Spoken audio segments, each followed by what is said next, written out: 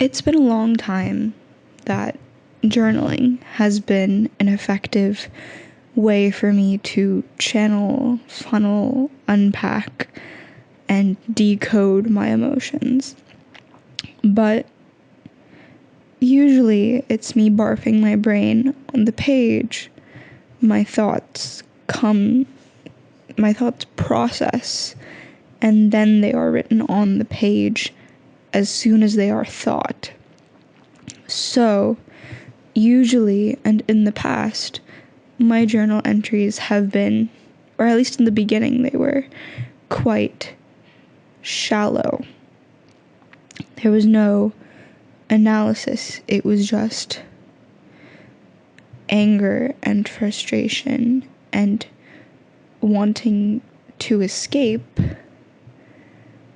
but there wasn't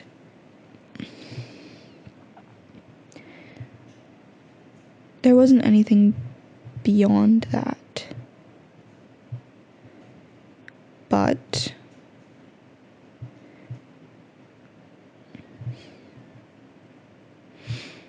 I'm pausing because I don't want anyone to hear, but I also want to do this out loud and not written down, because what I've written down today has so much gravity that I don't want to write. I don't know, it feels like I'm going to interrupt the weight of what I wrote today in my journal if I write more, because I do like the date and I do continued, even though these are completely separate ideas. This is like a meta-analysis rather than the analysis itself. But yeah, recently analysis has made its way into my journal entries. I am seeing a lot more that it's not just a way to get things out, but it's a way to understand what's inside you or around you. But today has been the first time that I have made, like, discoveries, or when it's the first time something new has come out of writing. Because writing down your thoughts inherently slows them down, because you have to match the pace of your thoughts with the pace of your writing. And then I wrote, and then I cried, because sometimes you realize that things are just, sometimes you find things that are just true that you didn't know were true. Sometimes things just hit different, like when you're telling yourself that, like, I'm sure anyone could have come to the same conclusion as I did, but it's the fact that I came to that conclusion myself that makes it so jarring. But yeah, another thing I wanted to talk about was the fact that funerals are weird and uncomfortable, and I think everyone thinks that, especially when you're not too close to the person, but you're just close enough to be in the periphery of their close friends. So it's not that you're close enough to offer them physical touch as a method of comfort, but rather you're just there to show that you're there for them. You're there. And that's it. I don't really have much to say about it. It just feels like something I have a lot to say about, but I don't, especially since other thoughts have taken up that space in my brain. And my brain, despite my day being empty, is still quite full. Yesterday, oh wow, no, I don't want to recount yesterday.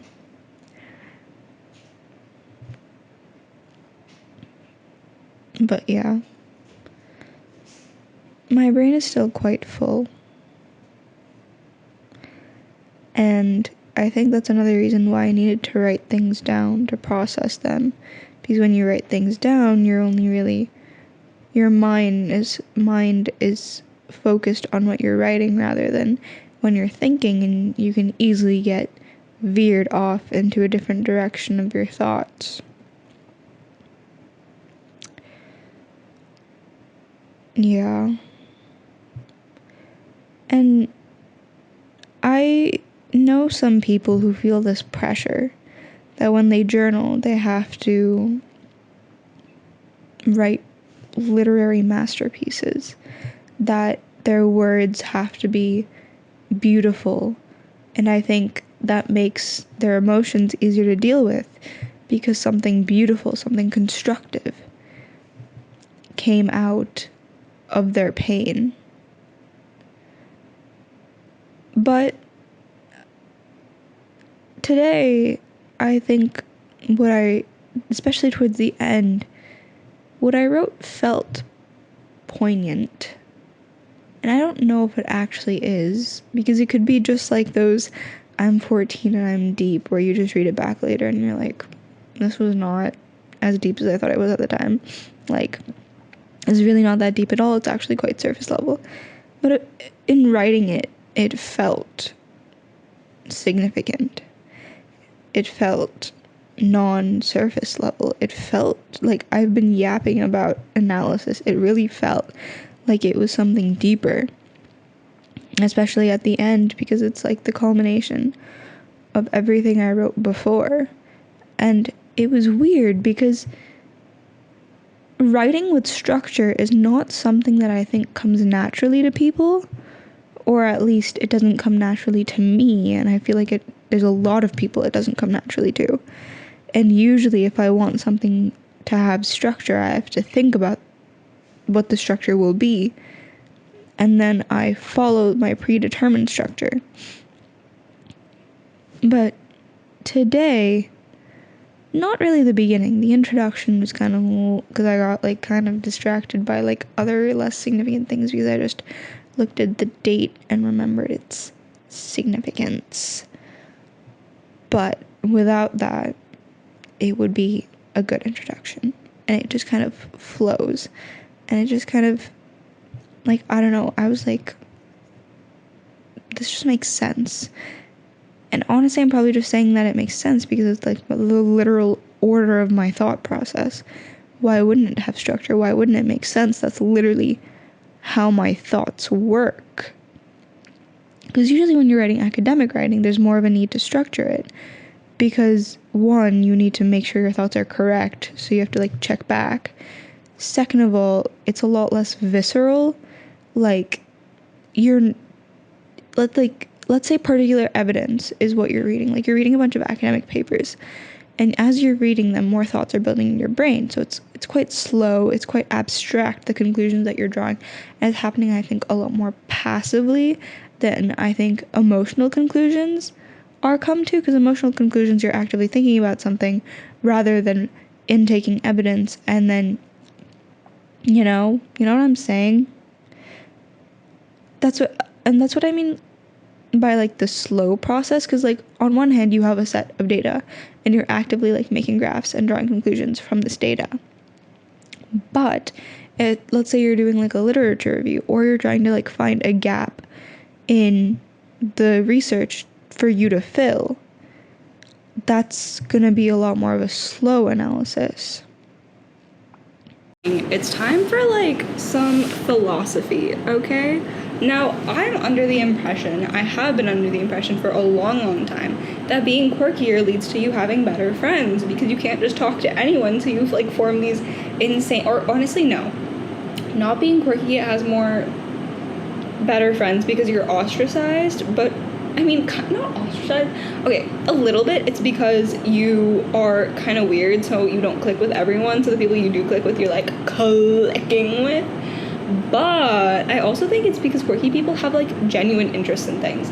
Like, if you are into what everyone else is into, like, I don't know. I feel like you have to have like an insane amount of interest in that subject to actually like form bonds with people over that.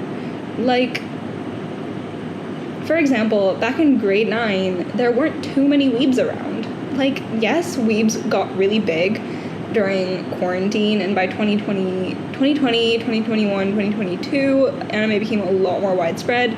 It was already really widespread in 2019, obviously, but specifically in our class, it got a lot more widespread after 2019. But I was a weeb in 2019, Iman was a weeb in 2019, Manwar had dabbled in anime in 2019, K-pop, Iman and Fatma, besties. R.I.P. But anyway, gotta sip my tea before it gets cold.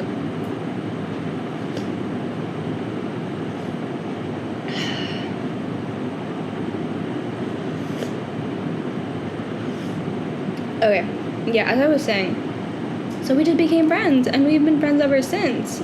R.I.P. But anyway, but I think that, I don't really know, okay, partially it's the ostracization. You can't just talk to anyone because you'll say weird shit and the other person will be like, huh? Because, like, I was watching a lot of YouTube video essays about the Really Bad Weekend show with Lily Rose Depp, and I didn't understand that just because people are talking about it on YouTube and just because I can talk about it with my friends doesn't mean I can talk about it with anyone, even if I'm not talking about the porn, even if I'm just talking about the bad plot, and I'm talking about the fake feminism and whatever the hell is in it. According to my sister was like, why would you say that? Like, why would you bring that up? Like, what do you mean? Like, okay, the reactions were bad, but I was just, like, The Weeknd is a pretty popular figure, so, like, you know, I just didn't know. I just didn't know. You can't just talk about weird shit to anyone. I didn't think it was weird shit, but apparently you just can't talk about weird shit to anyone. Okay. So from there, one, you can't just say weird shit to anyone, so you're better friends with people who you can just be straight up yourself with. Secondly, I think that another thing we've talked about is you can build an interest on something if you're both into it. And then another thing is my evidence. Okay, right now we've talked about the logic behind it, and I think it makes sense to a lot of you people. I think you understand that I think that normies have a lot more fake friendships. Like, that's just for real. Like, I'm just being for real. Like, you agree, you have to agree. I will fight you. Hit my Instagram DMs up, because I know all of you are just seeing this. Nobody's seeing this. Is anybody seeing this? I just know that people who are watching this are most likely to hit me up on Instagram DMs rather than WhatsApp, even though you probably all have my number. Because I don't think randos are seeing this. I really don't, okay? But anyway, especially with the bad lighting, like, people are clicking off. Like, if you're a rando on YouTube finding this on algorithm, like, why are you still watching? The lighting is bad, and I'm yapping, and this is unedited. Like, be so for real. Click off. Anyway, not that those people are here. Anyway, what was I saying? Right, the evidence. We're going on to the evidence now. My sister is perfect evidence for this. Now, back in middle school, she actually had for real quirky interest. She was an alt girly, okay? She listened to 21 Pilots and liked Hamilton, okay? She was one of those. And those middle school besties are her best friends that she's ever made. Like, that friend group was her best friend that she's ever made to this day. High school, she didn't have any interest. They just left. They just left her brain, and she didn't have interests. And in high school, she hasn't made any particularly good, long-lasting friendships, except for, like, one who she refuses to bother on a daily basis. Like, girl, you are lonely. Just hit up that one friend again and again and again. By the way, this does not leave the YouTube video. You cannot be... No, this does not leave the YouTube video. Anyway.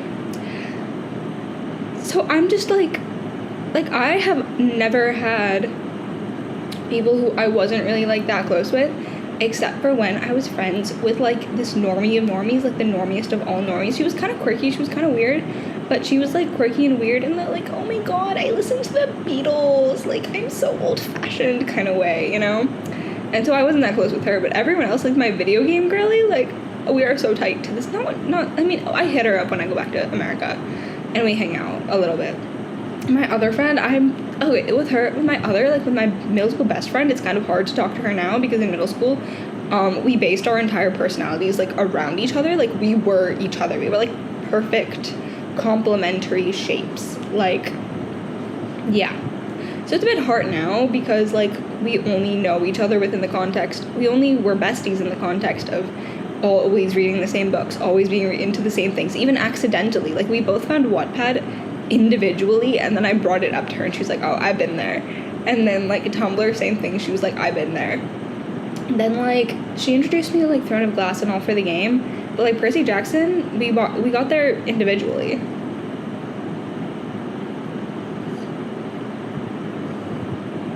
So yeah, what else was there? I don't remember. And we were both kind of like writing girlies at the time.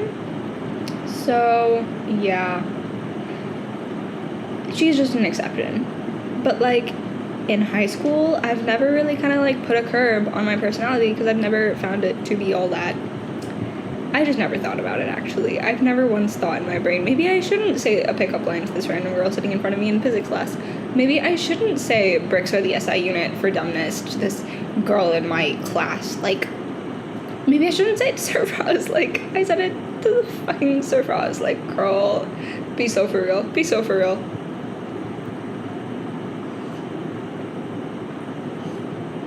I feel the need to not sip my tea. But usually when I converse, I can sip my tea because the other person will, like, say something every now and then. But no, you guys just have to listen to my tea ASMR. But, and then also, I'm not bringing up any more examples because I don't want to, like, expose anyone or, like, name anyone by name because obviously, like, my sister's, like, one too many already. Oops.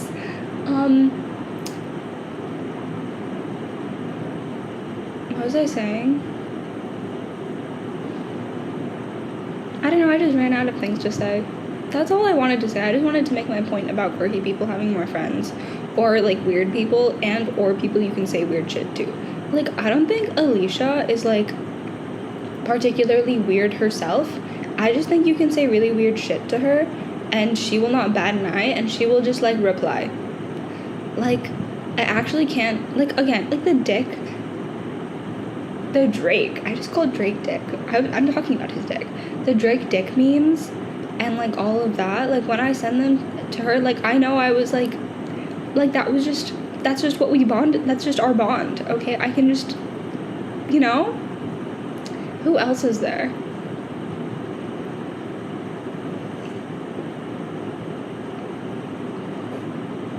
Nufu is a closeted weird person. He's really weird. You can say really weird shit to him and he won't really bat an eye.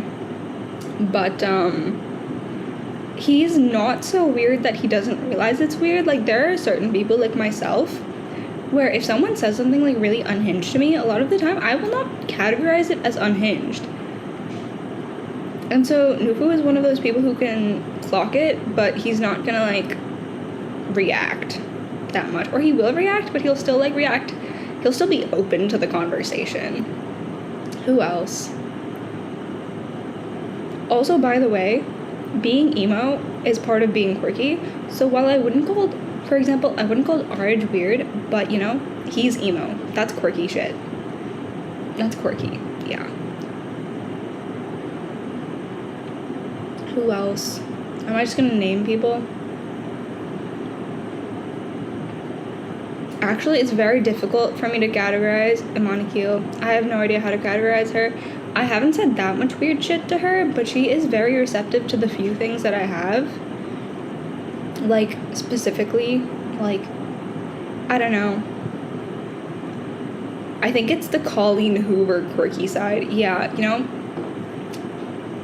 Not that she reads Colleen Hoover, but the fact that I can talk about Colleen Hoover with her and, like, it's like a very detached realm from all the other weird shit, but she has her own realm that kind of intersects with Ruchi's, but Ruchi's also a lot more in terms of, like, everyone else's weird shit, because she's, like, an AO3 person. Like, oh my god. It took me a long, long time to find out that Ruchi was an AO3 girly. If I never found out, we would not be as close. We would not be as close. AO3, that bonding had to happen. If we didn't sit in the common room reading Marauders Fix together, we would not be what we are today. We would not. It's just not. And then Nuri, her talking about the books she reads, maybe we would have been, we would have been extremely, extremely close, extremely, extremely good friends, but this, like, this extra level that I have with Nuri is only because she revealed what was in the books. It's just, weird shit makes good friendships. The lack of a filter makes for good friendships. Bye.